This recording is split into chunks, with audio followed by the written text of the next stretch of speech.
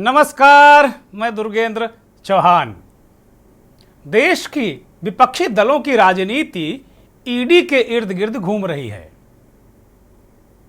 महाराष्ट्र से लेकर पटना तक और पटना से लेकर रांची झारखंड तक और झारखंड से दिल्ली तक ईडी के समन, नोटिस, छापेमारी से विपक्षी दलों में हड़कंप है। झारखंड के सीएम कई समन देने के बाद भी 40 घंटे से फरार होने के बाद, फरार शब्द ठीक रहेगा कि नहीं, लेकिन ईडी उन्हें ऐसा ही मान रही थी क्योंकि वो अभी भी वो एक मुख्यमंत्री हैं राज्य के। लापता 40 घंटे से हेमंत सोरेन थे। उसके बाद वो रांची में अवतरित हुए, विधायक दल की बैठक बुलाई, फिर उसके बाद ईडी भी पूछताछ के लिए उनके बंगले पर जा पहुंची। शाम होते होते 2 बसें बुलाई गईं और उसमें कांग्रेस, झारखंड मुक्ति मोर्चा, जो गठबंधन के विधायकों को कहीं ऐसे स्थान पर पहुंचाया गया जहां कम से कम उन्हें कोई तोड़ मरोड़ न सके। हेमंत सोरेन को डर है कि उनकी सरकार गिराई जा सकती है। पहले भी इस तरह की कोशिशें हो चुकी हैं, लेकिन सरकार को लेकर तो उनके घर में ही मार मची है। उनकी बड़ी भाभी सीता सोरेन ने हेमंत की पत्नी कल्पना सोरेन के नाम का विरोध कर दिया। एक विकल्प दिया था हेमंत सोरेन ने कि अगर ईडी उन्हें जेल भेजती है तो उनकी पत्नी कल्पना सोरेन के बारे में क्या राय है विधायकों की, अगर उनको मुख्यमंत्री की कुर्सी दी जा सकती है। ठीक वैसे ही जैसे लालू प्रसाद यादव ने जेल जाने से पहले राबड़ी देवी को चीफ मिनिस्टर बना दिया था, तो उसी तरीके का खड़ाऊ राज हेमंत सोरेन भी चाहते हैं। लेकिन परिवार में खींचतान के बाद दल में भी कसमसाहट है। इन सबके बीच देर शाम हेमंत सोरेन ने ईडी अधिकारियों के खिलाफ अनुसूचित जाति एवं जनजाति निवारण अधिनियम के तहत एफआईआर करा दी। हेमंत सोरेन ने कहा कि जो अधिकारी हैं वो दलित हैं, वो आदिवासी हैं, इसलिए उनका उत्पीड़न कर रहे हैं। पूछताछ के दौरान उनसे जाति सूचक शब्दों का इस्तेमाल किया गया, उन्हें प्रताड़ित किया गया, टॉर्चर किया गया। इसी तरीके के आरोप कल तेजस्वी यादव की पार्टी के लोगों ने लगाए थे कि तेजस्वी को भी ईडी टॉर्चर कर रही है, लालू को 9 घंटे तक टॉर्चर करती रही। इस पूरे घटनाक्रम को लेकर एक बवंडर मचा है। विपक्षी नेता चाहे अखिलेश यादव हो, राहुल गांधी हो, मल्लिकार्जुन खड़गे हो, सब ईडी की विश्वसनीयता पर सवाल खड़े कर रहे हैं और कह रहे हैं कि ईडी भारतीय जनता पार्टी का चुनावी साथी है। अगर कोई भाजपा के सामने नतमस्तक नहीं होता है तो ईडी उसका सर पकड़कर झुका देता है, देती है, देता है, जो भी है। कांग्रेस के अध्यक्ष मल्लिकार्जुन खड़गे लगातार अपनी सभाओं में, वो दौरे पर हैं देश के, और वो इस बात को कह रहे हैं कि ये आखिरी चुनाव है, इसके बाद लोकतंत्र नहीं बचेगा, चुनाव होगा ही नहीं, आप वोट कहां डालोगे अगर नरेंद्र मोदी की सरकार आ गई तो खड़गे के आखिरी चुनाव के क्या मायने हैं। और एक चुनाव चंडीगढ़ में हुआ, चंडीगढ़ के मेयर का बड़ा प्रतिष्ठापूर्ण चुनाव था, पूरे देश के मीडिया ने उसे कवर किया था, लेकिन जब वोट पड़ने वाले थे तो मीडिया को ही बाहर कर दिया गया। और फिर जो कुछ हुआ वो कम से कम चुनाव तो नहीं है। विपक्षी गठबंधन जिसमें आम आदमी पार्टी का मेयर प्रत्याशी चुनाव लड़ रहा था और कांग्रेस उसे समर्थन कर रही थी, उस गठबंधन के 8 कॉरपोरेटर के वोट को अवैध करार दे दिया गया। अवैध करार किसने दिया? अनिल मसीह, जो भारतीय जनता पार्टी के नॉमिनेटेड कॉरपोरेटर हैं, और उन्हें पीठासीन अधिकारी बनाया गया था। बाद में जब उनसे सवाल पूछा गया कि भाई आपने किस आधार पर कर दिया गया, तो ये करते उनके हाथ तो नहीं कांपे, लेकिन बताते हुए होठ जरूर थरथरा रहे थे। जवाब दे नहीं पा रहे थे अनिल मसीह साहब। वो कह रहे थे कि किसी ने कोई टिक मार्क या निशान लगा दिया या स्याही लगा दी तो इनवैलिड है। जो वीडियो वायरल हो रहा है और जिस पर कांग्रेस पार्टी और आम आदमी पार्टी के शीर्ष नेताओं ने प्रेस कॉन्फ्रेंस भी की कि कम से कम ये चुनाव तो नहीं, और हाई कोर्ट भी चली गई आम आदमी party, Punjab Haryana high court में दस्तक दी है। और इस पूरे चुनाव पर पूरे देश के नेताओं ने प्रतिक्रिया दी। अखिलेश यादव ने कहा यह लोकतंत्र का अपहरण है। अखिलेश यादव ने इसकी निंदा की, देश भर के नेताओं ने इसकी निंदा की कि कम से कम ये चुनाव नहीं है। अगर ये छोटा सा चुनाव में इतनी धांधली है तो लोकसभा विधानसभा के चुनाव में कितनी धांधली ईवीएम में होती होगी, इसकी कल्पना कीजिए। ये सवाल उठाया है बीजेपी के खिलाफ विपक्षी नेताओं ने। उसमें समाजवादी पार्टी भी है, आम आदमी पार्टी भी है, कांग्रेस पार्टी और जो उनके गठबंधन के साथी हैं। 24 का चुनाव बहुत करीब है, हम चुनाव के मुहाने पर हैं। ऐसे में ईडी से बवाल और चुनाव पर सवाल, आज ये मंथन में हम विषय लेकर आए हैं, इसी पर चर्चा करेंगे।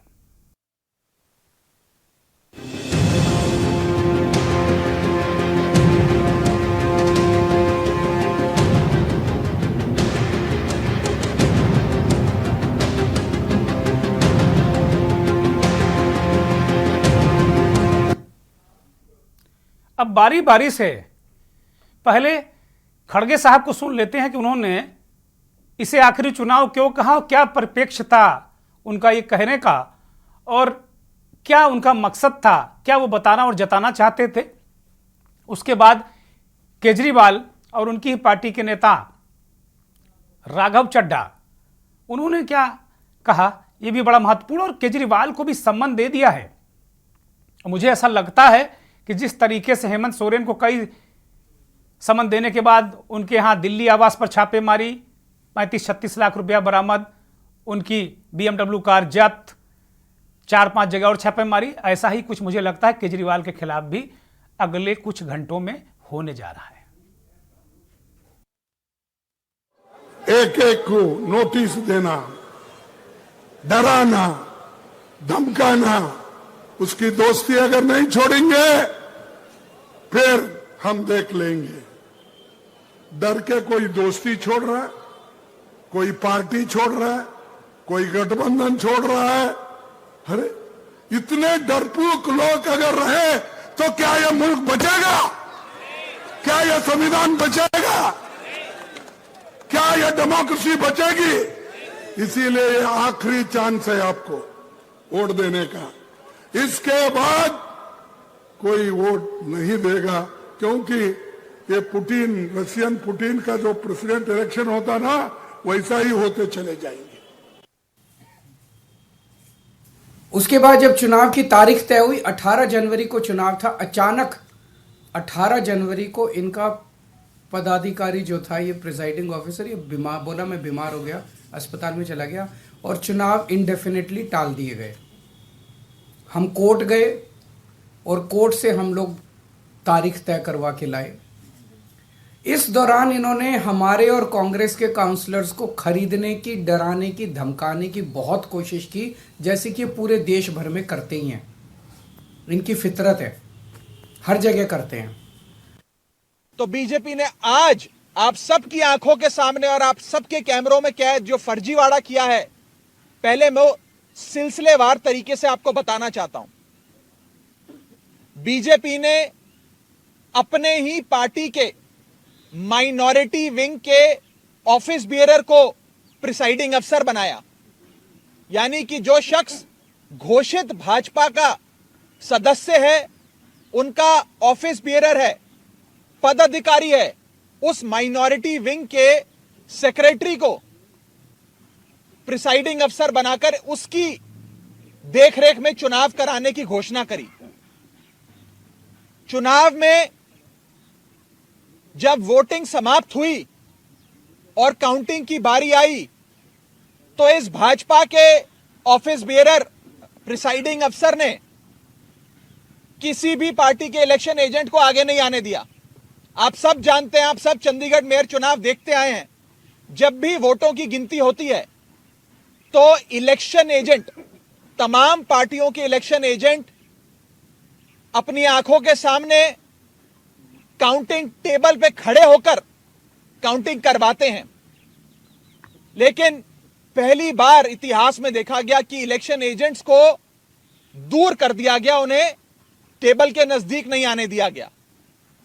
और उसके बाद जो हुआ आपने देखा कि कैसे भाजपा के इस पदाधिकारी ने, जो प्रिसाइडिंग अफसर था आज के चुनाव का, उसने अपने पेन से बैलेट पेपर पर इंक लगाकर उस सारे बैलेट पेपर को इनवैलिड किया और फिर चुनावों की गिनती में, वोट काउंटिंग में उस एक एक बैलेट पेपर को इलीगल घोषित किया।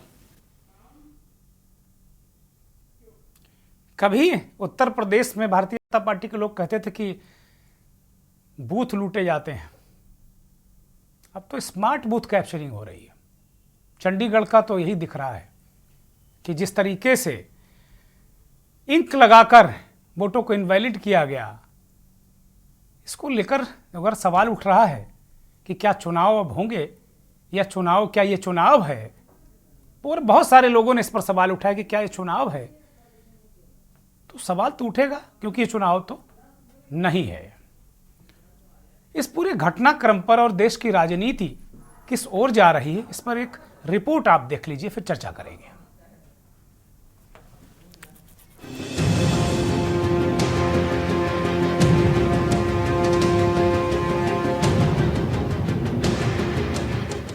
लोकसभा चुनाव से पहले विपक्षी नेताओं के खिलाफ ईडी एक्शन मोड में नजर आ रही है।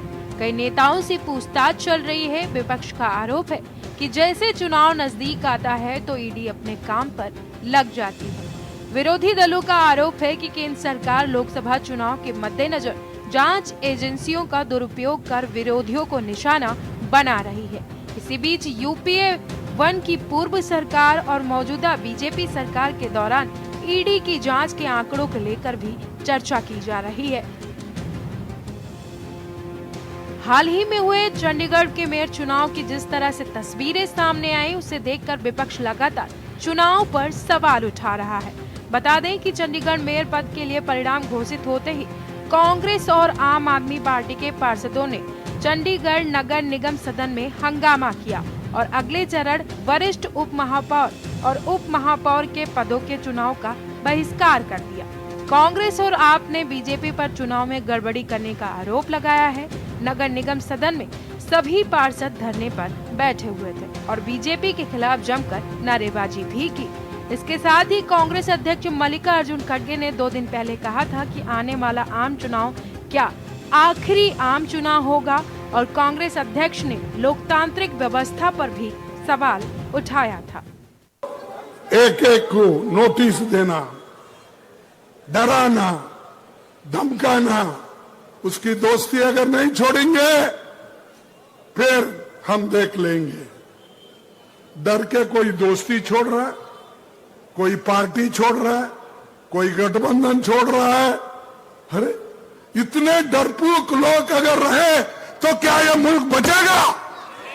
क्या यह संविधान बचेगा? क्या यह डेमोक्रेसी बचेगी? इसीलिए ये आखिरी चांस है आपको वोट देने का।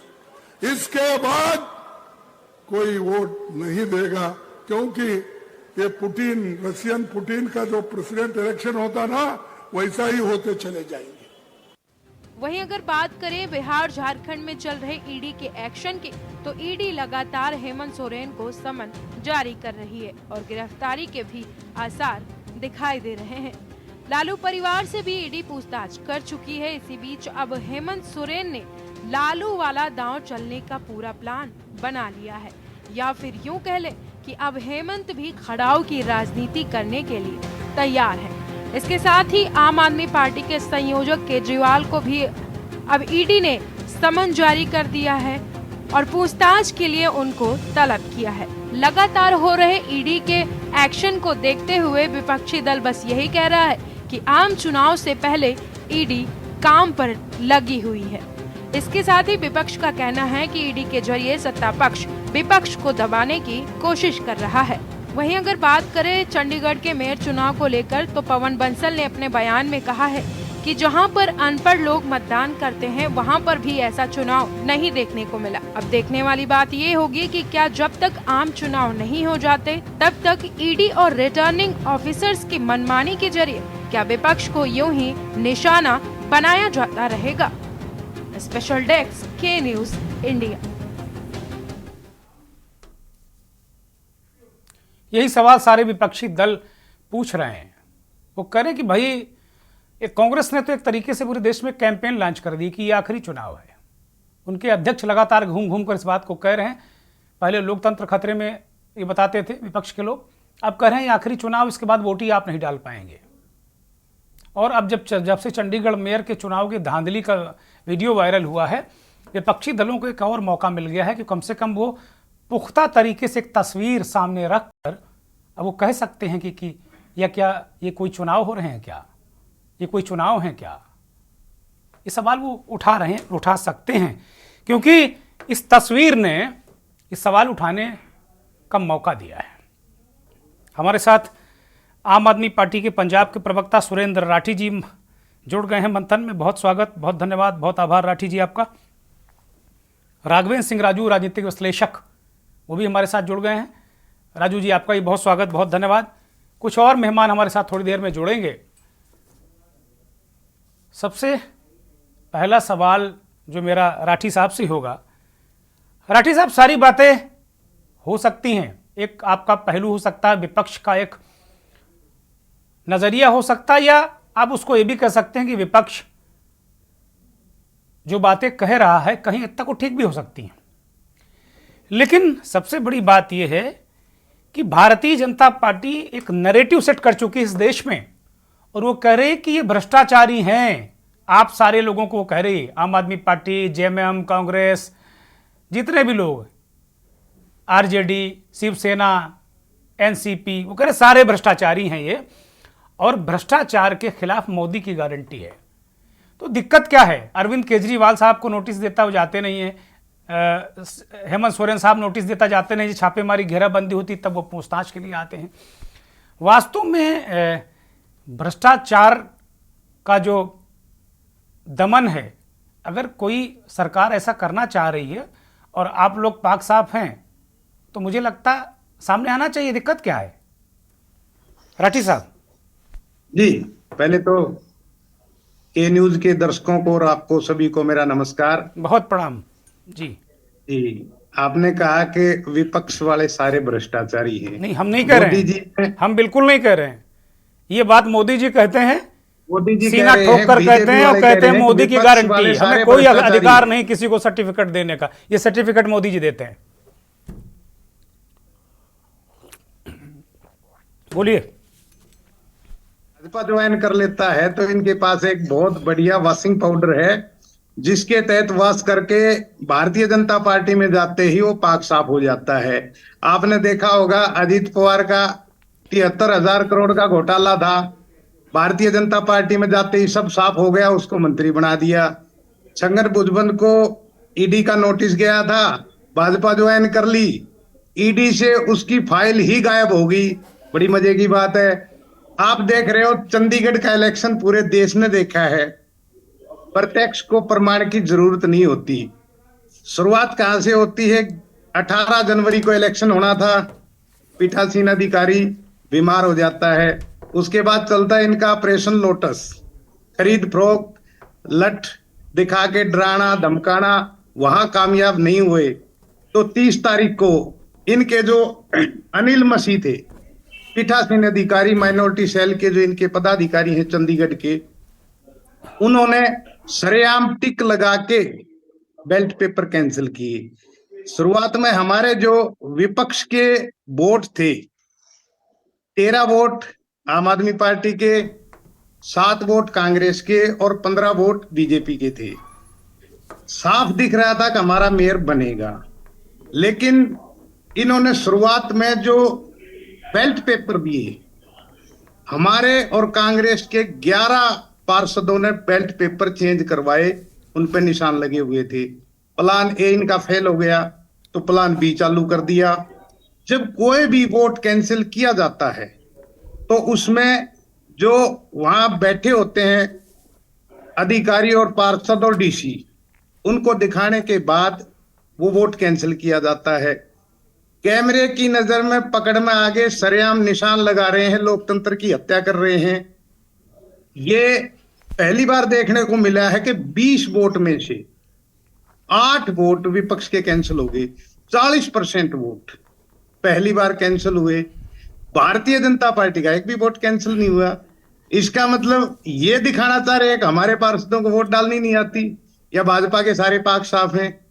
नहीं नहीं, वो ट्रेंड लोग हैं, ट्रेंड लोग हैं राठी साहब। वो कह रहे हमारे लोग ट्रेंड हैं और आपके लोग अनट्रेंड हैं, उनको पता नहीं चुनाव कैसे लड़ा जाता है।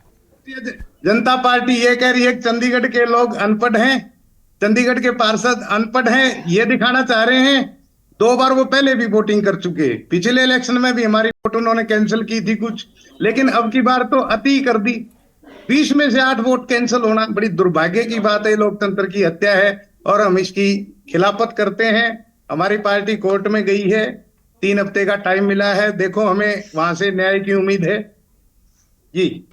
ठीक बात है। संदीप त्रिपाठी कांग्रेस के नेता प्रवक्ता हमारे साथ जुड़े हैं। संदीप जी स्वागत, बहुत धन्यवाद, बहुत आभार आपका के न्यूज़ को वक्त देने के लिए। संदीप त्रिपाठी, आपकी तरफ आ रहा हूं।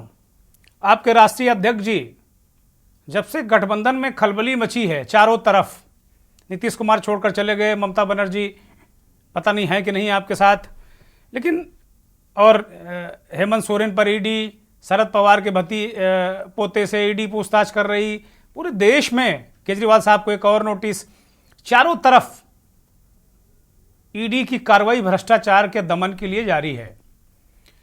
इन सबके बीच आपके अध्यक्ष जी कह रहे हैं कि अभी आखिरी चुनाव है, अब चुनाव ही नहीं होगा। क्या क्या क्या वो कहना चाहते हैं, क्या मायने हैं? भाई लोकतंत्र तो, भारत बहुत मजबूत लोकतंत्र है, मदर ऑफ डेमोक्रेसी कही जाती है इसको, क्या दिक्कत है?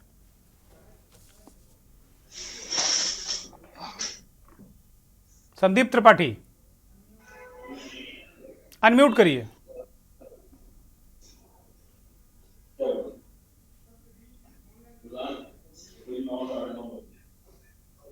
संदीप जी हम सुन नहीं पा रहे, अनम्यूट करिए।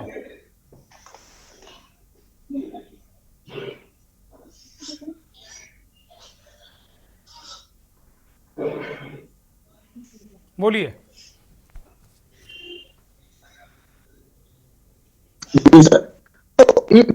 ये जो डेमोक्रेसी हमें मिली है, बड़ी सहारत देने के बाद, बहुत संघर्ष के बाद, तब ये जो है डेमोक्रेसी और ये लोकतंत्र। संदीप जी आवाज आपकी बहुत बाधित होकर आ रही, कृपया उसे ठीक करें।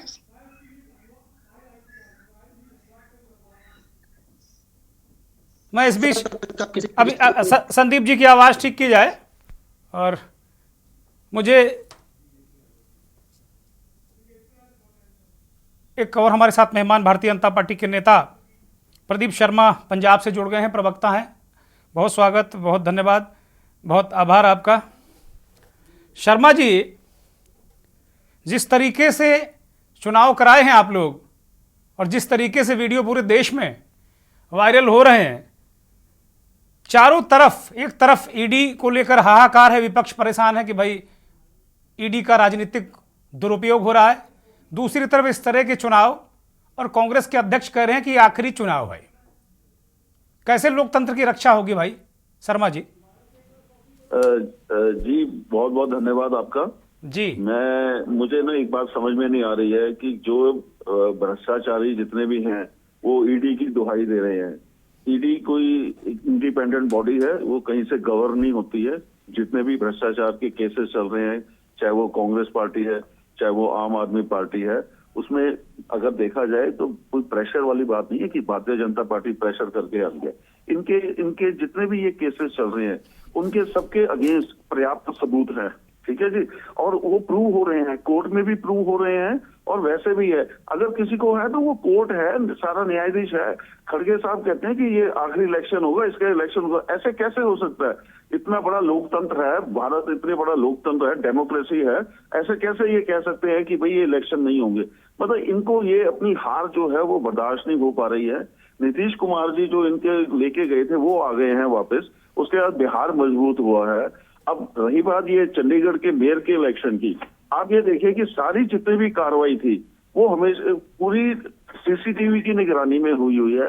और जो भी मनोनीत हमारे वो अपने पीठासीन को थे, मसीह साहब थे, उनकी अगर उनको प्रॉब्लम थी तो पहले ये इनको प्रोटेस्ट करना चाहिए था कि भाई हम मनोनीत। अरे भाई ये बताओ शर्मा जी, साफ साफ उसमें स्याही लगाते दिख रहे हैं, ये कौन सी बात तो है कि मसीह साहब, अरे भाई आप अपने घर का ही खुद ही बन जाओगे पीठासीन अधिकारी और खुद ही चुनाव करा लोगे, विपक्ष के 8 वोट वैलिड कर दोगे और कहोगे कि लोकतंत्र जिंदा रहेगा। कैसे जिंदा रहेगा? कैसे लोकतंत्र जिंदा रहेगा? अगर इस तरह के चुनाव देश में होंगे तो बिल्कुल जिंदा नहीं रहेगा लोकतंत्र। आप बात सुनिए, जब आप बोल रहे थे मैं चुप बैठा, आपकी बात सुन रहा था, तो कृपया करके आप भी थोड़ा सा शांत रहिए। मैं शांत रहने के लिए नहीं हूं, माफी के साथ में, बहुत अदब के साथ में आपसे कह रहा हूं। ऐसा नहीं है कि हम शांति के लिए कुछ ना कुछ पूछेंगे आपसे, इसीलिए हम हैं। आप बोलिए, अपनी बात रखिए। हाँ, मैं बात ही रख रहा था कि अगर आपको इतनी प्रॉब्लम, आप कोर्ट में चले गए हैं, कोर्ट का जो डिसीजन होगा वो मान्य होगा। और उस टाइम जब मसीह साहब थे या कुछ था, और अगर ये हो ना कि भाई वो सीसीटीवी कैमरे की निगरानी में हुए, सारा हिंदुस्तान देख रहा था कि क्या देखा है सारे हिंदुस्तान ने, वही तो मैं कह रहा हूं। फिर आप कहोगे टोक रहे हैं, सारे हिंदुस्तान ने देखा है, वो वीडियो वायरल है। हाँ, तो उसमें क्या हो गया? उसमें आपको हार का समझ में नहीं आ रही है कि हमारी हार क्यों हुई है? क्योंकि इंडिया गठबंधन जो है ना जी, उसको हम गठबंधन नहीं, थोड़ा ठगबंधन टाइप बोलेंगे उसको। अरे ठगबंधन बोलने से थोड़ी, ये जो शर्मा जी, ये जो कृत्य किया अनिल मसीह साहब ने, आपके ठगबंधन बोलने से उसका पाप धुल जाएगा क्या? ये बताओ आप। इतने केस चल रहे हैं भ्रष्टाचार के, क्या उसमें अगर ये कोई प्रेशर से थोड़ी ना चल रहे हैं, उनके सबूत है। नहीं, मैं मानता हूं पूरा विपक्ष भ्रष्टाचारी, मैं सहमत हूं आपकी बात से, मोदी जी की गारंटी से मैं सहमत हूं, वो ठीक कर रहे हैं, भ्रष्टाचारी हैं, ठीक बात। लेकिन ऐसे अगर चुनाव कराओगे तो खड़गे तो कहेंगे आखिरी चुनाव है। अगर ऐसे चुनाव, एक छोटी सी जगह का चुनाव अगर ऐसे होगा तो फिर देश का चुनाव कैसे होगा? वो लोग सवाल उठा रहे हैं, ठीक उठा रहे हैं, इसका मतलब। अभी आपने देखा ना राजस्थान, मध्य प्रदेश और छत्तीसगढ़ में क्या हुआ है, वहां पे भी तो बहुत बड़े दावे कर रहे थे कि ये हो जाएगा, वो हो जाएगा, फिर भारतीय जनता पार्टी की सरकार बनी है। इसका मतलब लोगों का जो मैंडेट वो भारतीय जनता पार्टी के कह रहे हैं, ऐसे ही सरकार आप लोग बनाते हो, वो भारतीय जनता पार्टी के साथ में है। चलिए मैं एक ब्रेक पर जा रहा हूं शर्मा जी, आप बने रहिए हमारे साथ। मैं एक ब्रेक पर जा रहा हूं, ब्रेक से लौटूंगा तो संदीप त्रिपाठी कांग्रेस के नेता उंगली उठा रहे हैं, वो कह रहे हैं कि भाई ऐसे लोकतंत्र कैसे बचेगा? इनके राष्ट्रीय अध्यक्ष जी यही सवाल उठा रहे हैं। ब्रेक से लौट आए हैं, एक बीच एक और खबर अभी भी मिली है, खबर अभी अंजाम तक पहुंचने वाली है। यह खबर आई है कि झारखंड के चीफ मिनिस्टर हेमंत सोरेन राज्यपाल के से मिलने गए हैं। कयासबाजी ये है कि वो इस्तीफा दे सकते हैं और उनकी पार्टी के चंपई सोरेन, पत्नी और भाभी की बजाय ये तीसरा नाम आया है, चंपई सोरेन, वो चीफ मिनिस्टर हो सकते हैं, ऐसी खबरें हैं। जैसे ही ये सारी चीज़ें स्पष्ट होंगी हम दर्शकों को अपडेट करेंगे। सीधे मेहमानों की इस्तीफा दे दिया, हमारे सहयोगी बता रहे हैं कि इस्तीफा दे दिया है झारखंड के मुख्यमंत्री हेमंत सोरेन ने इस्तीफा दे दिया। इस वक्त की सबसे बड़ी खबर, मुख्यमंत्री हेमंत सोरेन ने इस्तीफा दे दिया है, राज्यपाल को इस्तीफा दे दिया है। थोड़ी देर पहले वो पहुंचे थे, सत्ता पक्ष के सभी विधायक राजभवन पहुंचे हैं, राज्यपाल के सामने शायद परेड जैसी स्थिति है। विधायक दल के नेता के रूप में चंपई सोरेन को चुना है विधायकों ने, और ये पत्र भी दिया है कि चंपई सोरेन विधायक दल के नेता चुने गए हैं। जो जेएमएम कांग्रेस गठबंधन की वहां सरकार है, और कांग्रेस के नेता आलमगीर आलम भी उनके साथ में मौजूद हैं, आलमगीर आलम भी वहां पर मौजूद हैं। और ये कहा जा रहा है कि ईडी उन्हें गिरफ्तार कर लेगी थोड़ी देर में, जैसे ही वो मुख्यमंत्री की शपथ नए मुख्यमंत्री लेंगे उससे पहले इनकी गिरफ्तारी हो जाएगी, क्योंकि अब उन्होंने राजपाट छोड़ दिया है। चंपई सोरेन झारखंड के नए चीफ मिनिस्टर होंगे। ये अलग तरीके का घटनाक्रम है। सवाल ये है कि हेमंत सोरेन ने इस्तीफा दे दिया है, केजरीवाल को भी नोटिस है, क्या केजरीवाल पर भी इस तरीके का कोई दबाव हो सकता है क्या कि उनको भी इस्तीफा देना पड़े? ये भी एक सवाल खड़ा हो रहा है, क्योंकि लगातार ईडी को लेकर हेमंत सोरेन बयान दे रहे थे और उन्होंने ईडी अधिकारियों के खिलाफ एफआईआर भी कराई है कि उन्होंने उनका जातिगत, जो जाति सूचक शब्दों का प्रयोग करके उनका अपमान किया है। SC/ST एक्ट के तहत ईडी अधिकारियों के खिलाफ उन्होंने एक एफआईआर भी दर्ज कराई है। इस वक्त की बड़ी राजनीतिक खबर, हेमंत सोरेन ने झारखंड के चीफ मिनिस्टर के पद से इस्तीफा दे दिया है। राज्यपाल को उन्होंने इस्तीफा सौंप दिया है। खबर यह है कि थोड़ी देर में उनकी गिरफ्तारी भी हो सकती है। निश्चित तौर पर यह संकट है जेएमएम कांग्रेस सरकार को लेकर वहां, और ईडी की कार्रवाई में लगभग ये ऐसा लग रहा है हेमंत सोरेन को उनकी गिरफ्तारी हो जाएगी। और खबरें भी हैं कि हेमंत सोरेन थोड़ी देर में गिरफ्तार भी हो सकते हैं। ये बड़ी खबर इस वक्त की, बड़ी और बेहद अहम खबर, जो 4-5 दिन से लुका छिपी का खेल चल रहा था ईडी और हेमंत सोरेन के बीच में, उसका पटाक्षेप होता नजर आ रहा है। कांग्रेस जेएमएम विधायक दल के नेता के रूप में चंपई सोरेन को चुन लिया गया है और वो मुख्यमंत्री होंगे। झारखंड के अगले मुख्यमंत्री चंपई सोरेन होंगे, विश्वास पात्र बताए जाते हैं हेमंत सोरेन के। हेमंत सोरेन चाहते थे कि उनकी पत्नी कल्पना सोरेन मुख्यमंत्री बने, लेकिन उनकी बड़ी भाभी सीता सोरेन ने इसमें अड़ंगा डाल दिया और उन्होंने अपना दावा कर दिया था कि बड़ी बहू होने के नाते मुख्यमंत्री की कुर्सी पर उनका दावा है, और हेमंत सोरेन ऐसा नहीं कर पाए। चंपई सोरेन को उन्हें कुर्सी सौंपनी पड़ रही है। इस वक्त देश की राजनीति की बड़ी और अहम खबर हम आपको बता रहे हैं।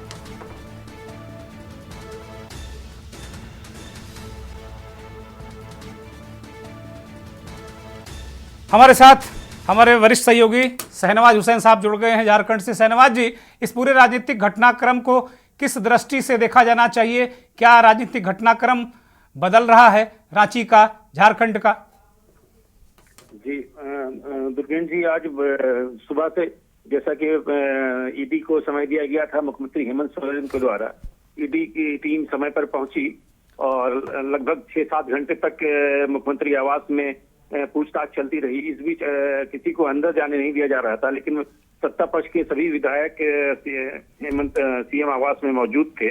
देर शाम होते हुए लगभग 7 बजे के करीब ये सूचना मिली कि विधायक दल का नेता चंपई सोरेन, जो झारखंड मुक्ति मोर्चा के वरिष्ठ विधायक हैं सरायकेला से, उनको विधायक दल का नेता चुन लिया गया है और मुख्यमंत्री त्याग पत्र देंगे। उसके बाद हमें ये सूचना मिली कि 7:40 में राज्यपाल से मिलने के लिए सत्ता पक्ष के सभी विधायक जाएंगे इंडिया गठबंधन के। उसके बाद वो दोबारा एक सूचना आई कि 7:40 नहीं बल्कि ये लगभग 9 बजे के आसपास राजभवन पहुंचेंगे। और अभी हेमंत सोरेन राजभवन पहुंच चुके हैं।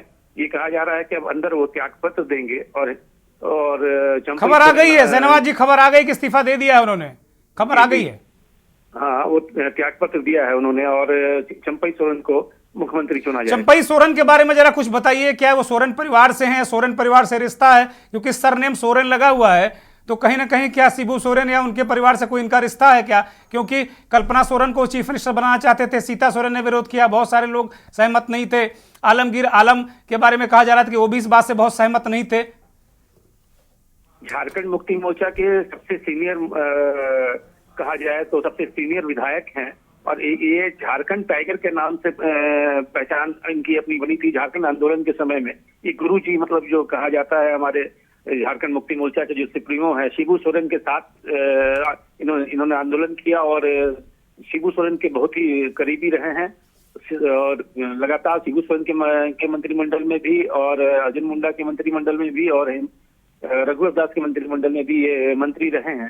सरायकेला से विधायक हैं और लगातार अब तक जब से झामुमो का गठन हुआ है लगातार ये विधायक बनते आए हैं कि अब केवल एक ही बार ये चुनाव हारे हैं और काफी शांत स्वभाव के माने जाते हैं। और सबसे मेन ये है कि जेएमएम के सबसे बड़ा सवाल शहनवाज भाई कि क्या चंपई सोरेन तो नहीं किसी मामले में फंसे हुए हैं कि कल ईडी इनकी गर्दन पकड़े? कहीं कोई इन पर कोई पाकसाफ पूरी तरीके से है, कोई आरोप इन पर भी है? अभी तो इस तरह के कोई मामला ईडी के समक्ष नहीं आया है, लेकिन अब ईडी किस मामले में किसको कब गर्दन पकड़े ये तो बोलना मुश्किल है। लेकिन अभी तक चंपई सोरेन के ऊपर में इस तरह का कोई मामला नहीं आया है जिसको लेकर के ये कहा जाए। और अब ये देखना ये रहेगा कि पूरा कैरेक्टर सर्टिफिकेट देखा गया होगा, कम से कम उनको चीफ मिनिस्टर बनाने से पहले देखा गया होगा कि ऐसा नहीं कि कल फिर एक और संकट आ जाए पार्टी के सामने। अभी हेमंत सोरेन के बारे में क्या खबर? ईडी उन्हें गिरफ्तार कर रही है क्या? इस तरह की खबर है क्या? सूचना मिली है कि ईडी उनको गिरफ्तार कर रही है, लेकिन उनको जेल नहीं भेजा जाएगा। अब कैंप जेल बनाया जाएगा, तो कैंप जेल सीएम आवास होगा या कहां पर रखा जाएगा, इसके भी हमारे पत्रकार वहां पर 2 पत्रकार वहां मौजूद हैं इस वक्त, आकाश सोनी और हमारे सुधाकर वहां पर सीएम आवास और राजभवन के समक्ष मौजूद हैं और वो हमें सूचना दे रहे हैं, और जिस तरह जैसे ही ये कंफर्मेशन होता है तो इसको आपको सूचित किया जाएगा। बहुत शुक्रिया शहनवाज भाई, बहुत शुक्रिया। आकाश और अन्य जो साथी हैं उनसे भी हम संपर्क साधेंगे। वापस अपने चर्चा में आते हैं, मंथन में जिसकी हम चर्चा ही कर रहे थे। वो चीज़ें स्पष्ट तौर पर दिखी। हेमंत सोरेन ने इस्तीफा दे दिया है। चंपई सोरेन झारखंड मुक्ति मोर्चा के सबसे वरिष्ठ विधायक, शिबू सोरेन जो झारखंड मुक्ति मोर्चा के चीफ हैं, गुरुजी, उनके बेहद करीब, उनके दाहिने हाथ चंपई सोरेन को विधायक दल का नेता चुन लिया गया है। कांग्रेस जेएमएम विधायक दल का नेता उन्हें चुना गया है और वो एक तरीके से चीफ मिनिस्टर की शपथ लेंगे। हेमंत सोरेन की गिरफ्तारी अब कुछ ही देर में होने वाली है, ऐसी खबरें आ रही हैं। वापस हम चर्चा में आते हैं। संदीप त्रिपाठी कांग्रेस के नेता हमारे साथ जुड़े हुए हैं। संदीप त्रिपाठी, एक चीफ मिनिस्टर गिरफ्तार होने वाले हैं थोड़ी देर में, या हो जाएंगे अभी, या यूं मान लीजिए कि हो ही गए।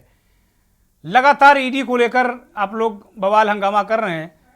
प्रदीप शर्मा भारतीय जनता पार्टी के नेता हैं, वो कह रहे हैं कि जब भ्रष्टाचारी हैं आप लोग, आम आदमी पार्टी, कांग्रेस पार्टी, अभी उनसे बात करेंगे तो राहुल गांधी और सोनिया गांधी के भी 1 दर्जन मामले वो गिना देंगे प्रदीप जी।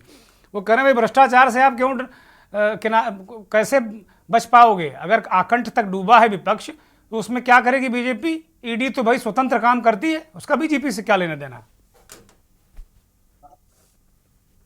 अपनी बात की शुरुआत तो इस बात से करूंगा, जिस तरीके से आप देखे होंगे कि गांव की छोटी राजनीति में संदीप जी हम सुन बिल्कुल नहीं पा रहे हैं। आप बिल्कुल नहीं सुनाई पड़ा कुछ भी, आपकी आवाज हम तक पहुंच नहीं पा रही है, बीच बीच में कट कर आवाज आ रही। मुझे लगता है कोई आपके ईयरफोन में कोई समस्या है। एक बार पुनः बोलिए। हाँ सर, आ रही है? नहीं, अभी नहीं आ रही है। संदीप जी की आवाज को ठीक किया जाए। राघवेंद्र सिंह राजू के पास चलते हैं। राघवेंद्र सिंह राजू, एक चीफ मिनिस्टर अभी गिरफ्तार, उनको मानिए कि हो जाएंगे भी या हो गए हैं, एक तरीके से उन्होंने इस्तीफा दे दिया है। ये भ्रष्टाचार का जो नैरेटिव है जिसको प्रधानमंत्री ने कहा ये मोदी की गारंटी है, इसमें तो लग रहा है कि पूरा विपक्षी ध्वस्त होता नजर आ रहा है। राघवेंद्र सिंह राजू। दुर्गेंद्र जी, 2014 में जब भारतीय जनता पार्टी की सरकार का नारा ही था भ्रष्टाचार और महंगाई के बाद अब की बात मोदी सरकार। आज आपने देखा कि 8 विपक्षी पार्टियां के नेता और तमाम ऐसे बड़े नाम ईडी की रडार पर थे, लेकिन यह भी बात सच है कि जो घटना आपने आज चंडीगढ़ की बताई, निश्चित तौर पर जनमानस में तमाम चीजें उठ रही हैं, लेकिन आज देश में जो हिंदुत्व का कार्ड है, लोगों का ध्यान जरा जो उधर आकर्षित ज्यादा है। आज आपने जो बात बताया कि भाई हेमंत सोरेन जी की गिरफ्तारी हो सकती है, तो हेमंत जी की गिरफ्तारी से पहले उन्होंने अपने आप इस्तीफा दे दिया, ये अच्छी बात है कि भाई मुख्यमंत्री के पद पर रहते हुए अगर गिरफ्तार किए जाते हैं तो उन्होंने राजभवन में जाकर के जो नैतिकता का अपना उनका फर्ज बनता है उन्होंने निभाया और इस्तीफा दे दिया। लेकिन दुर्गेंद्र जी, अगर आप देखेंगे जैसे नीतीश कुमार जी भारतीय जनता पार्टी के साथ आ गए, इससे पहले अगर पुराने उसमें जाएंगे लगभग 121 मामले ईडी के दर्ज हुए थे, जिसमें 115 विपक्ष के नेता थे। आप देखेंगे कि पिछले 2004 से लेकर के और 2014 तक लगभग 54% का मामला पड़ता था जांच में, जो ईडी और तमाम सीबीआई का जो जांच होता था, वो 8% बढ़कर के 95 हो गया।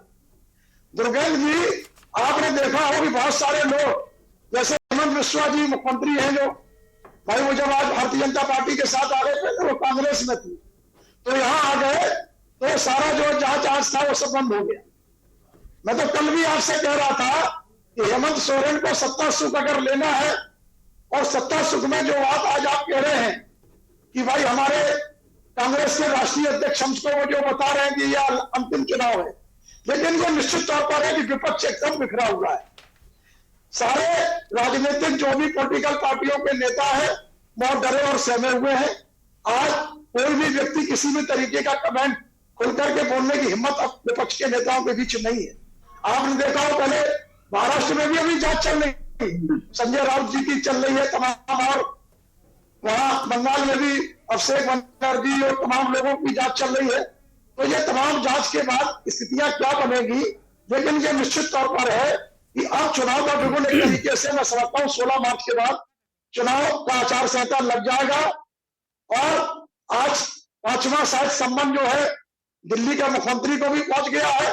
और ये ऐसा क्यों हो रहा है कि लगातार सम्मन जा रहे हैं? मैं तो ये कह रहा हूं कि जब अगर आपको डर नहीं है, आपने कुछ किया नहीं है, तो आखिरकार ईडी के सामने आकर के आपको सामना फेस करना चाहिए।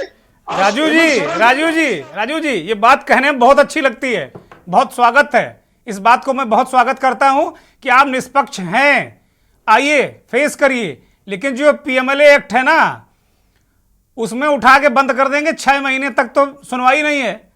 और उसके बाद साफ साफ तौर पर उसमें यह कहा गया है कि जो एक्यूज्ड है खुद साबित करे कि हम निर्दोष हैं। ईडी का कोई दोष नहीं है।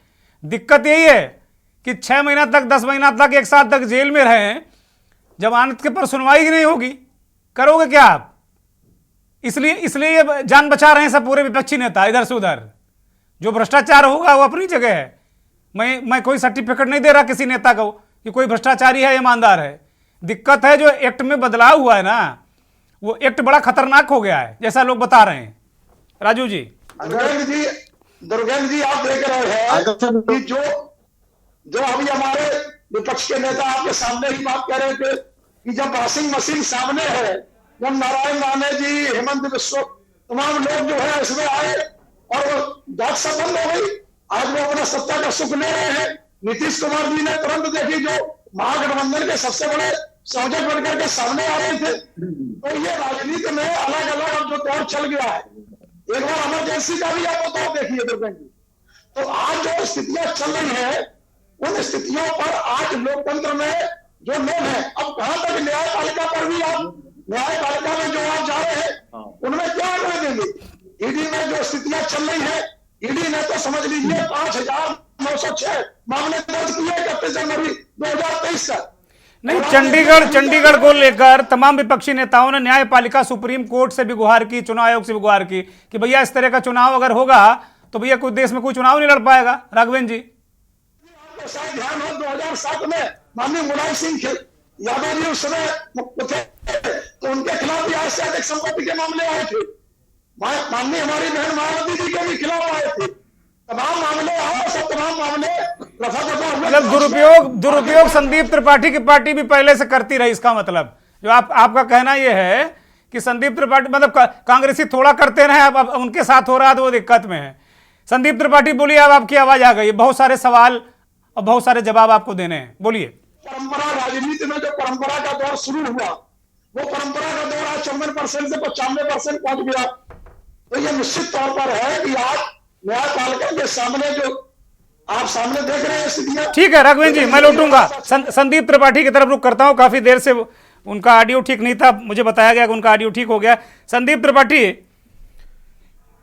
ओवरऑल जो परिस्थितियां हैं, आपके नेता कह रहे हैं कि अब आखिरी चुनाव है, हेमंत सोरेन अभी गिरफ्तार हो ही गए हैं, मानिए उन्होंने इस्तीफा दे दिया है, केजरीवाल साहब के लिए नोटिस है, और मुझे जो दिख रहा है निकट भविष्य में हेमंत सोरेन जैसा ही हश्र केजरीवाल साहब का भी होने जा रहा है। कैसे लड़ोगे? कैसे खड़ा होगा विपक्ष तो तार है, ध्वस्त हो गया। जनता से बड़ा विपक्ष चौहान जी कोई होता नहीं है। आज विपक्ष के रूप में जनता खड़ी हुई है, और जनता जब विपक्ष के रूप में खड़ी हो जाती है तो बड़े से बड़े तानाशाह इस देश में नहीं पूरे विश्व का इतिहास अगर आप देखेंगे तो वो खत्म हुए हैं। अब आप खड़गे जी की बात कर रहे हैं कि खड़गे जी बार बार ये कह रहे हैं कि ये लास्ट चुनाव होगा, तो इसके पीछे तर्क और तथ्य दोनों हैं। तथ्य ये है कि जिस तरीके से अभी चंडीगढ़ का मसला देख लीजिए, इसके अलावा जब सुप्रीम कोर्ट ने एक निर्देश दिया कि चुनाव आयुक्त की नियुक्ति में जो है सुप्रीम कोर्ट का जज, मुख्य न्यायाधीश, विपक्ष का नेता और प्रधानमंत्री मोदी जी होंगे, उस आदेश के खिलाफ संसद में कानून कौन बनाया? आपको क्या डर था? क्या आपको मुख्य न्यायाधीश में शंका थी? क्या उनसे डर था, या क्या वजह थी कि आपने कानून बनाकर उनको बाहर करने का काम किया? पहली चीज। दूसरी चीज आप समझिए, आज भारतीय जनता पार्टी के लोग विपक्ष जो है भ्रष्टाचार का आरोप लगाते हैं। मैं सिर्फ चौहान जी इतना जानना चाहता हूं कि 2G घोटाले का आरोप लगाकर ये सत्ता में आ गए। 2G करते हुए 2014 के पहले से ये सत्ता में आ गए और इनके समय में सारे लोग 2G के बरी हो गए, सारे लोगों को क्लीन चिट मिल गई। आप बताइए, अगर ये भ्रष्टाचार से लड़ने वाले लोग हैं या ये मानते हैं कि भ्रष्टाचार उस समय हुआ था, तो क्या इन्होंने देश से क्षमा मांगी? क्या इन्होंने गलती मानी कि हमने 2014 के पहले जो आरोप लगाए थे वो झूठ थे, हम उससे आपसे क्षमा मांगते हैं? यहां तक कि आज भी हमारे चौथी पास राजा जी उस आरोप को आज भी आरोप लगाते हैं, 2G की बात करते हैं। मतलब जो मुख्य न्यायाधीश सुप्रीम कोर्ट से जो मामला खत्म हो गया, जिसमें सारे लोग बरी हो गए, हमारे देश का प्रधानमंत्री आज भी 2G की बात करता है। तो ये वो लोग हैं जो कीचड़ उछालकर राजनीति करते हैं। समझिए, इनका काम ही है ये कीचड़ उछालेंगे, सच्चाई की बात नहीं करेंगे, सच की बात नहीं करेंगे। अब आती है, अगर भ्रष्टाचार से आप लड़ना चाहते हैं, 3 चीजें मैं कहूंगा। कांग्रेस ने एक भ्रष्टाचार से लड़ने के लिए RTI कानून लेके आई, जिसमें 10 रुपए लगाकर एक गांव का व्यक्ति प्रधानमंत्री तक की जानकारी ले ले। आज उसमें RTI के बहुत सारे आयुक्तों के पद खाली हैं। आप समझिए, बहुत सारे निदेशक के पद खाली हैं। जिलों की हाल यह है कि कोई RTI आज जो है, जिलों में आप चले जाइए, 3 महीना का उसमें टाइम होता है, वो कोई नियम ही नहीं रह गया। तो आप भ्रष्टाचार से लड़ने की बात करते हैं। भ्रष्टाचार से आप लड़ने के लिए क्या किया भाषण के अलावा? और अगर कांग्रेस चोर है, आप ये कहते हैं या कहते हैं कि विपक्ष चोर है, तो आप आरोप मत लगाइए, चुनाव के समय ईडी की कार्रवाई मत करिए। एक व्यक्ति का नाम बताइए पूरे विपक्ष में, एक व्यक्ति का जिसको आपने सजा करा दी हो भ्रष्टाचार के आरोप में 10 साल के शासन में। आज भी आप गाना वही 2014 के पहले का टेप रिकॉर्डर बजाकर सोचते हैं कि जनता गुमराह हो जाएगी, नहीं होगी। आज जनता को दिख रहा है कि अजीत पवार को आप चोर कहते थे, आज आपके साथ है। नीतीश को इन्हीं सम्राट चौधरी ने क्या कहा था अभी कुछ दिन पहले, अभी आप अरविंद केजरीवाल जी की चर्चा किए, सम्राट चौधरी ने कहा कि 10,000 करोड़ रुपए जो है शराब का, अवैध शराब के कारोबार का नीतीश कुमार जी के पास जाता है। नीतीश कुमार जी डर गए, वो डर इसलिए गए कि अगर मनीष सिसोदिया जेल जा सकता है तो अरविंद केजरीवाल जी का नंबर लगा हुआ है। और एक सम्राट चौधरी जो कि इस समय तानाशाही का जो जज है, बिहार में उसकी नियुक्ति हुई है, तानाशाही कोर्ट का जज, उसने बोल दिया तो सत्य है, हमें जेल जाना पड़ सकता है। वो डर गए, वो जो है केंद्र की सत्ता के साथ चले गए। आज जो डरेगा नहीं, जो जनता के साथ खड़ा होगा, वो इनसे आंख में आंख मिलाकर सवाल पूछेगा, ए लुटेरो बताओ, अगर आप भ्रष्टाचार से लड़ने वाले हो तो एक नाम बताओ जिसको आपने सजा करा दी हो। आप ये बताओ लुटेरो, ये अडानी को सारी संपत्ति कैसे देश की लूटी जा रही है? ये बताओ, या जितने एयरपोर्ट जा रहे हैं वो अडानी को कैसे जा रहे हैं? ये बताओ, जितने देश के बंदरगाह जा रहे हैं सब जो है अडानी को कैसे जा रहे हैं? ये सवाल पूछने होंगे, ये सवाल पूछे जाएंगे, विपक्ष पूछता रहेगा। राहुल गांधी वो शेर है, चाहे आप जितने डराएंगे। आप बताइए, राहुल गांधी से इन्होंने 72 घंटे लगातार पूछताछ की थी, क्या निकला? आप आज भी उसको खत्म ना करके, एक बार कोर्ट ने उसको खत्म किया, फिर से आपने उसको ओपन किया। आप चाहते हैं कि आप फंसा कर रखे, आप दबा कर रखे, सब आपके मुट्ठी में रहे, तो ये तानाशाह महाराज नहीं हो पाएगा। और एक बात और आपके चैनल पर बहुत बड़ी बात कर देता हूं जी, इस देश में सत्ता पक्ष का जो भी सांसद अगर मोदी जी के खिलाफ आवाज उठाया है तो उसकी अननेचुरल डेथ हुई है। मैं उदाहरण दे देता हूं, गोपीनाथ मुंडे संदिग्ध मृत्यु कैसे हुई है बताने की जरूरत नहीं है। आपके उसी दिल्ली में एक कैबिनेट मिनिस्टर के साथ कितने स्कॉट चलते हैं बताने की जरूरत नहीं, इसकी जरूरत हो जाती है। और मैं बताता हूं सर, मनोहर पर्रिकर जी ने राफेल की फाइल के बारे में सिर्फ इतना सर एक रिक्वेस्ट है, बोलिए जी। मनोहर पर्रिकर जी ने सिर्फ इतना बोला था कि आज भी राफेल की फाइल हमारे अलमारी में रखी हुई है। वो इतना हट्टा कट्टा आदमी, वो मोसाद की कौन सी तकनीक का इस्तेमाल होता है कि वो व्यक्ति 1 साल के अंदर मर जाता है। आप सुषमा स्वराज को देख लीजिए, अरुण जेटली को देख लीजिए, जितने भी राजदार थे उनकी मृत्यु अननेचुरल डेथ या संदिग्ध परिस्थितियों में हो जाती है, ये पता नहीं चल पाता।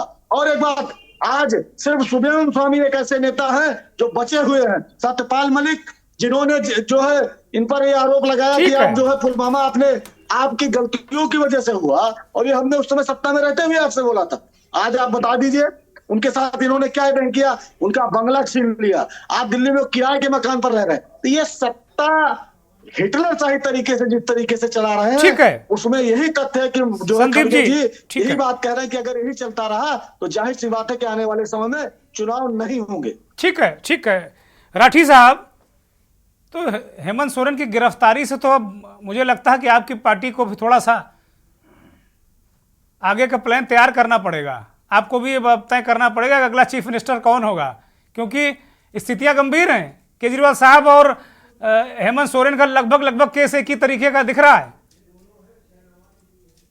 बोलिए। चाहूंगा कि भारतीय जनता पार्टी जो है ना, भ्रष्टाचार झूठी पार्टी है, और इसको घबराहट सिर्फ केजरीवाल से है। पहली बार हमारी दिल्ली में 67 सीट आई, भारतीय जनता पार्टी के 3 एमएलए स्कूटर पे बैठ के आते थे। दूसरी बार इनके 8 एमएलए आए, दिल्ली में वैन में बैठ के आते हैं। पंजाब के अंदर हमारे 92 एमएलए जीत के बम्पर जीत हासिल की है। भारतीय जनता पार्टी को ये पता है कि आम आदमी पार्टी जहां पे सत्ता में एक बार काबिज होगी तो उसको हटाना मुश्किल ही नहीं, नामुमकिन है। इसीलिए इन्होंने आज जो मुद्दा चंडीगढ़ का था, इन्होंने 8 वोट हमारे सरेआम कैंसिल किए हैं। पूरे हिंदुस्तानी, पूरे विश्व ने देखे हैं। माननीय मोदी जी ये कहते थे कि हवाई चप्पल पे चलने वाले को मैं हवाई जहाज की यात्रा कराऊंगा, उन्होंने तो कराई नहीं। लेकिन हमारे पंजाब एयर के इंडिया भेज दिया, अब तो एयर इंडिया ही भेज दिया। अब तो ये सुरेंद्र राठी, अब तो वो चुनाव तो छोड़ो, अब केजरीवाल साहब को कैसे बचाओगे ये तैयारी करो। बाई एयर तीर्थ यात्रा कराऊंगा।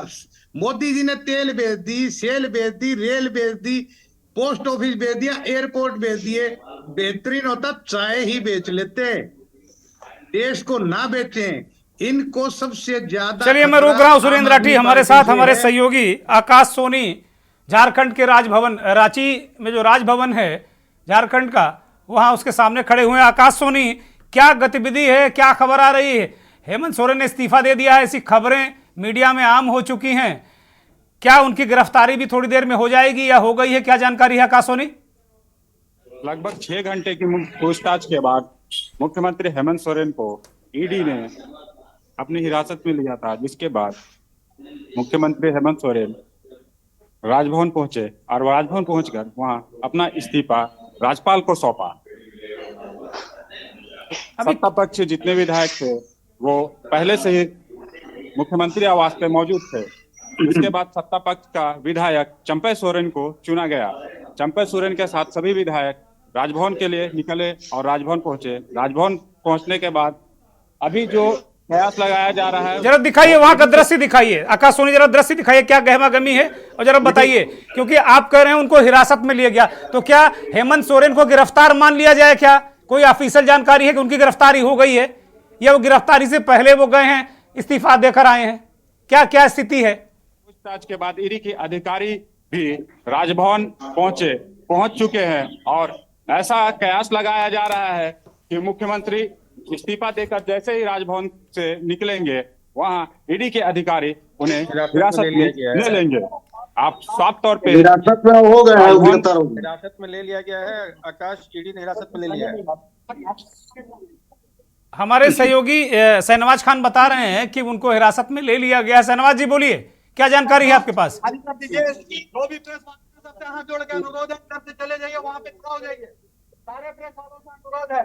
दुर्भाग्य है देश का, इमरजेंसी से भी गंभीर स्थिति पैदा हो गई है देश में। अभी ईडी की ओर से सूचना मिली है और राज्यसभा सांसद है महुआ मांझी, उन्होंने ये जानकारी दी है कि हेमंत सोरेन को कस्टडी में ईडी ने लिया है, हिरासत में ले लिया। आकाश सोनी और जो सहयोगी हमारे जुड़े हों, बारी बारी से जानकारी दीजिए, वहां राजभवन का क्या दृश्य है? अभी हेमंत सोरेन कितनी देर में निकलने वाले हैं, निकले हैं, नहीं निकले हैं, क्या जानकारी है?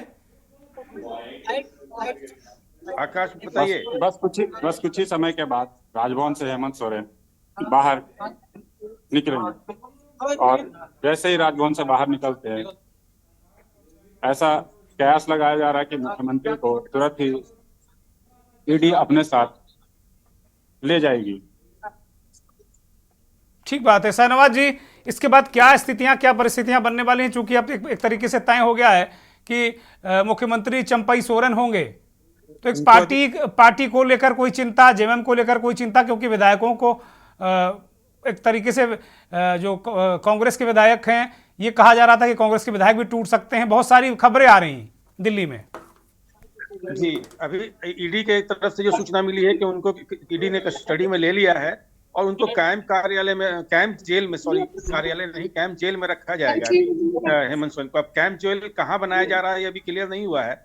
और जैसा कि आप देख रहे हैं कि हमारे संवाददाता आकाश सोनी वहाँ राजभवन के समक्ष मौजूद हैं और वहां से अभी विधायक जो सत्ता पक्ष के हैं वो नहीं निकले हैं। हेमंत सोरेन और सत्ता पक्ष के सभी विधायक राजभवन में मौजूद हैं। राज्यपाल क्या देखना यह है कि नेता विधायक दल जब चंपई सोरेन को चुना गया है तो राज्यपाल की ओर से अब इस पर क्या निर्णय होता है, सबकी अभी निगाह राज्यपाल के निर्णय पर है। क्या राज्यपाल इसको स्वीकार करते हैं या फिर इसको लेकर के नहीं शहनवाज जी, कोई कारण ही नहीं है, कोई कारण ही नहीं है कि इस्तीफा ना स्वीकार करें। अगर कोई मुख्यमंत्री इस्तीफा दे रहा है तो स्वीकार तो मुझे लगता है करेंगे ही वो, लेकिन उसके बाद जेएमएम की स्थिति क्या होगी, कांग्रेस के विधायकों के टूटने की जो खबरें आ रही, क्या चंपई सोरेन सकुशल शपथ ले पाएंगे, क्या सरकार उनकी कायम हो पाएगी, क्या ये सवाल है बहुत सारे। कल की बैठक में 7 विधायक सत्ता पक्ष में मौजूद नहीं थे। 7 विधायक किसी कारणवश उपस्थित रहना। शहनवाज जी आपको रोक रहा हूं, शायद आकाश सोनी कोई कैंप जेल के बारे में कोई जानकारी दे रहे हैं। बोलिए आकाश, बोलिए क्या जानकारी दे रहे हैं दर्शकों को। ईडी के अधिकारियों के द्वारा एक कैंप जेल बनाया गया है जहां पर आज मुख्यमंत्री हेमंत सोरेन को रखा जाएगा। रखने के बाद कल फिर से पूछताछ की जाएगी, जिसके बाद उन्हें। ये कैंप जेल कहां पर है? ये कोई गेस्ट हाउस है या उन्हीं के जो सीएम हाउस है उसी को कैंप जेल में तब्दील कर दिया गया? क्या खबर है आकाश सोनी? सीएम आवास को ही कैंप जेल में तब्दील कर दिया गया है और आज रात सीएम को उसी कैंप जेल में रखा जाएगा। ठीक है, बहुत बहुत शुक्रिया शहनवाज जी, आकाश सोनी, सभी मेहमानों का बहुत बहुत धन्यवाद। बहुत बहुत आभार उन दर्शकों का जो के न्यूज़ को देखते हैं, हमारे इस खास कार्यक्रम मंथन को देखते हैं। हमारी नजर लगातार पूरे घटनाक्रम पर, देश के पूरे राजनीतिक घटनाक्रम और खासतौर पर झारखंड के घटनाक्रम पर बनी रहेगी। बहुत बहुत धन्यवाद, नमस्कार।